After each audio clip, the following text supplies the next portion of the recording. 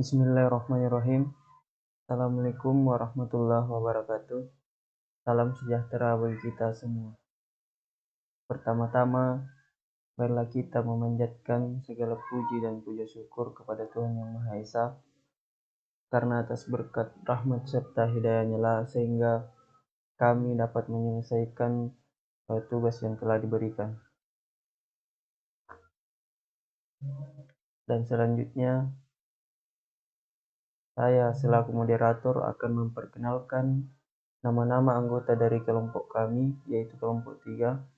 Yang pertama yaitu Rizky, yang kedua Nasrullah atau saya sendiri, yang ketiga Nurdian, yang keempat Nurdiana, yang kelima Rahmayani, dan yang keenam Nurpin Petrus Kiding. Dan untuk membahas secara lebih rinci mengenai tugas yang telah kami buat, yaitu yang membahas tentang lamun, silakan simak video presentasi yang telah disajikan oleh kami berikut ini. Baiklah, adapun pengertian lamun.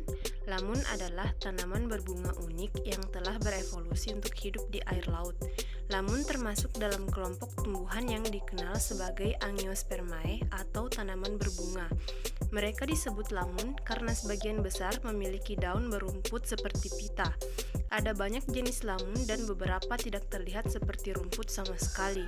Lamun berkisar dari ukuran kuku hingga tanaman dengan daun sepanjang 7 meter. Beberapa bentuk dan ukuran daun berbagai jenis lamun antara lain bentuk lonjong atau dayung, bentuk pakis, spaghetti panjang seperti daun, dan bentuk pita. Spesies yang memiliki daun berbentuk dayung atau pakis disebut Halopila. Yang memiliki daun berbentuk pita adalah Cimodocea, Thalassia, Thalassodendron, Halodule, dan Zostera. Lamun seperti spaghetti disebut Syringodium. Pada pangkal daun terdapat pelepah yang melindungi daun muda. Di ujung lain dari daun adalah ujung yang bisa dibulatkan atau runcing. Propilum adalah daun tunggal yang muncul segera dari rimpang horizontal, bukan dari pucuk tegak. Fitur ini untuk genus Zostera. Adapun taksonomi lamun, lamun adalah monokotil yang bukan rumput sejati, yaitu rumput sejati memiliki keluarga Poaceae, tetapi lebih dekat kekerabatannya dengan keluarga lili. Lamun berevolusi sekitar 100 juta tahun yang lalu dari tumbuhan darat yang kembali ke laut dalam setidaknya 3 garis keturunan atau famili yang terpisah. Dengan demikian, lamun bukanlah kelompok yang menyatu secara taksonomi, tetapi merupakan kelompok biologis atau ekologis. Adaptasi evolusioner yang diperlukan untuk kelangsungan hidup di lingkungan laut telah menyebabkan konvergensi atau kesamaan dalam morfologi. Di seluruh dunia ada sekitar 12 divisi utama yang terdiri dari sekitar 60 spesies lamun. Konsentrasi spesies tertinggi terjadi di kawasan Indo-Pasifik Barat. Lebih dari 30 spesies dapat ditemukan di perairan Australia. Komunitas lamun yang paling beragam berada di perairan timur laut Queensland. Berbagai nama namun umum diterapkan untuk spesies lamun, seperti rumput penyu, rumput belut, rumput pita, rumput sendok, dan rumput soal. Rumput laut bukan rumput laut. Rumput laut merupakan nama umum untuk alga. Nah, di sini merupakan gambar taksonomi lamun. Habitat lamun yang berada di pinggir pantai atau pesisir pantai sangat bermanfaat untuk mencegah erosi dan abrasi pantai. Selain itu, lamun pun sangat bermanfaat untuk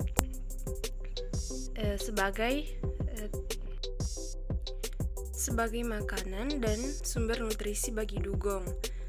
Selain itu, lamun juga berfungsi untuk pertumbuhan serta perkembangan dari hewan-hewan laut lainnya seperti ikan, penyu, kepiting, udang-udangan, serta masih banyak lagi. Selain itu, dari tumbuhan lamun ini sendiri bisa dijadikan sebagai bahan pangan untuk lebih bermanfaat bagi manusia.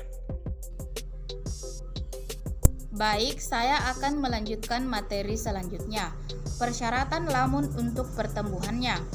Yang pertama, adaptasi terhadap kehidupan di media salin atau asin. Yang kedua, sistem penahan mampu menahan gaya aksi gelombang dan arus pasang surut. Yang ketiga, pertumbuhan ketika terendam seluruhnya. Yang keempat, penyerbukan hidrofil atau penyerbukan yang dibantu oleh air. Lamun membutuhkan cahaya, nutrisi, karbon dioksida, substrat untuk penahan, salinitas yang dapat ditoleransi, serta suhu dan pH untuk bertahan hidup. Lamun sebagai tumbuhan membutuhkan cahaya untuk fotosintesis. Ketersediaan cahaya merupakan faktor utama yang paling dominan dalam pertumbuhan lamun. Lamun memiliki kebutuhan cahaya minimum yang tinggi, misalnya 4,4 sampai 29% dari penyinaran permukaan. Karena yang pertama, lamun memiliki kebutuhan respirasi yang tinggi untuk mendukung biomasa non-fotosintetik yang besar, misalnya akar rimpang. Yang kedua, mereka kekurangan pigmen tertentu dan oleh karena itu hanya dapat memanfaatkan rentang spektral terbatas. Dan yang ketiga, mereka harus secara teratur mengoksidasi zona akar mereka untuk mengkompensasi sedimen anoksik. Suhu mempengaruhi laju pertumbuhan dan kesehatan tanaman, terutama pada kondisi ekstrim.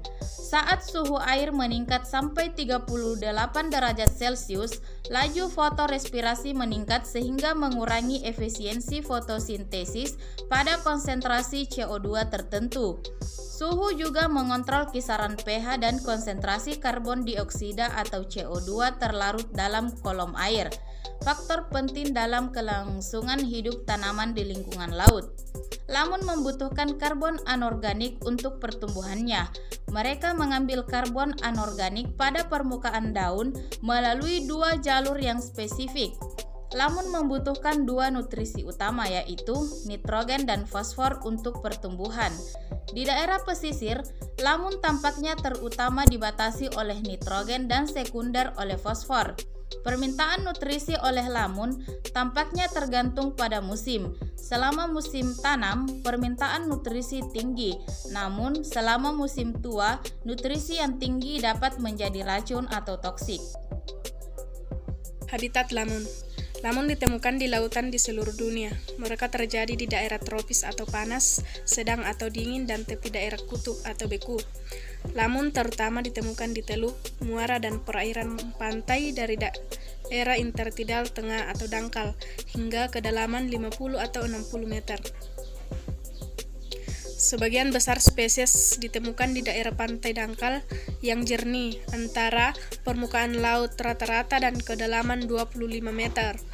Lamun bertahan hidup di zona intertidal, terutama di lokasi yang terlindung dari aksi gelombang atau di mana ada genangan air saat air surut, misalnya platform, terumbu, dan kolam pasang surut, yang melindungi lamun dari suhu tinggi dan pengeringan. Lamun menghuni semua jenis tanah atau substrat, dari lumpur hingga batu. Padang lamun yang paling luas terjadi pada substrat lunak seperti pasir dan lumpur.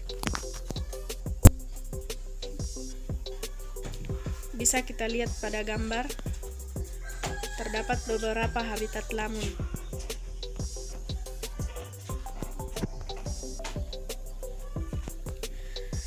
Pentingnya lamun bagi ekosistem laut. Komunitas lamun adalah salah satu ekosistem paling produktif dan dinamis secara global. Lamun dapat secara signifikan mempengaruhi lingkungan fisik, kimia, dan biologi, di mana mereka tumbuh dengan bertindak sebagai insinyur ekologi. Mereka menyediakan habitat dan tempat berkembang biak bagi banyak hewan laut dan bertindak sebagai stabilisator substrat. Padang lamun sangat produktif. Mereka telah didokumentasikan untuk menciptakan kompleksitas habitat dibandingkan dengan daerah yang tidak bervegetasi. menyediakan substrat yang dapat dihuni hingga 27 kali lebih banyak, serta menyediakan perlindungan dan makanan untuk berbagai hewan. Sekitar 40 kali lebih banyak hewan terjadi di padang lamun daripada di pasir kosong. Salah satu peran lamun yang paling penting adalah menyediakan tempat pembibitan dan tempat berlindung bagi ikan dan udang yang berharga bagi perikanan. Padang lamun merupakan sumber makanan utama bagi sejumlah hewan penggembalaan dan dianggap sebagai padang rumput laut yang sangat produktif.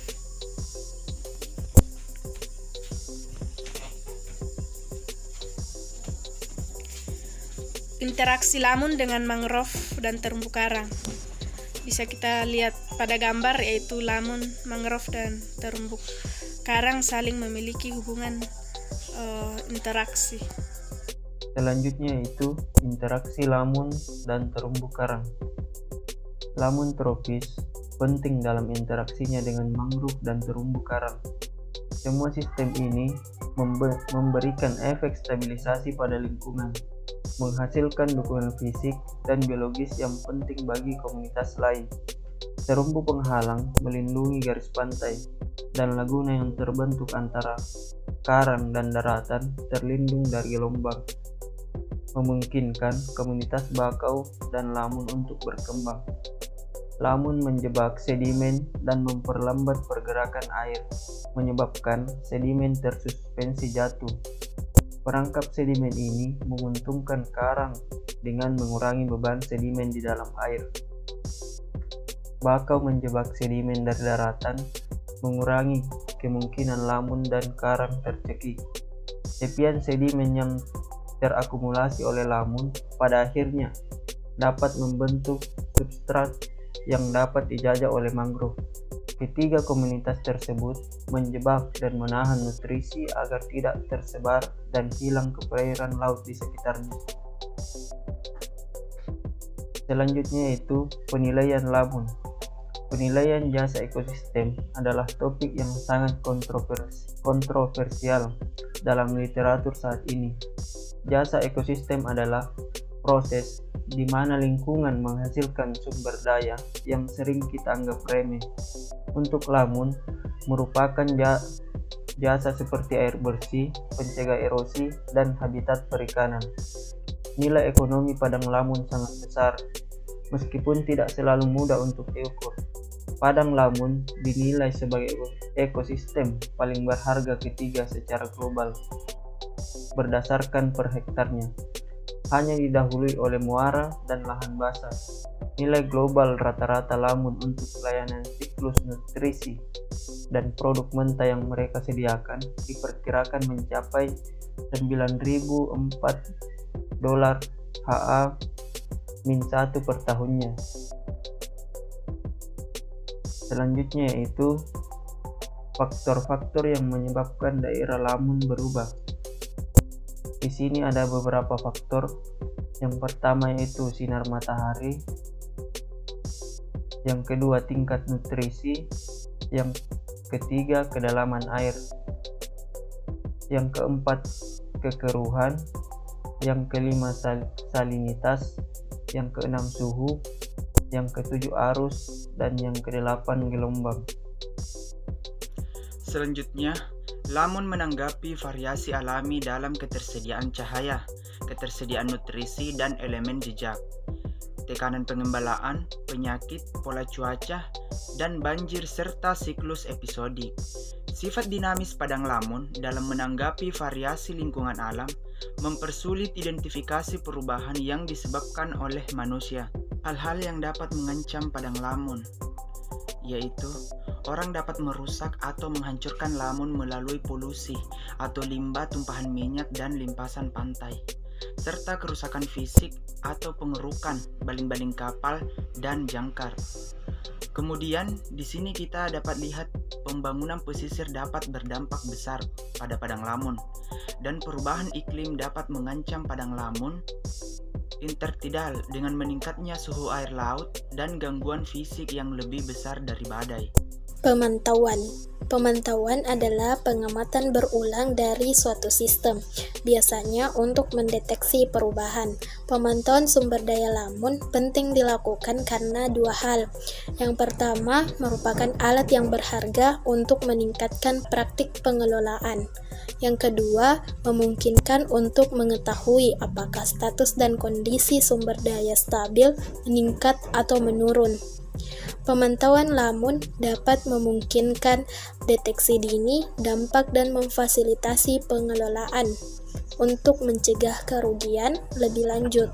Pengelolaan yang tanggap berdasarkan informasi yang memadai akan membantu mencegah hilangnya kawasan dan spesies lamun yang signifikan lebih lanjut.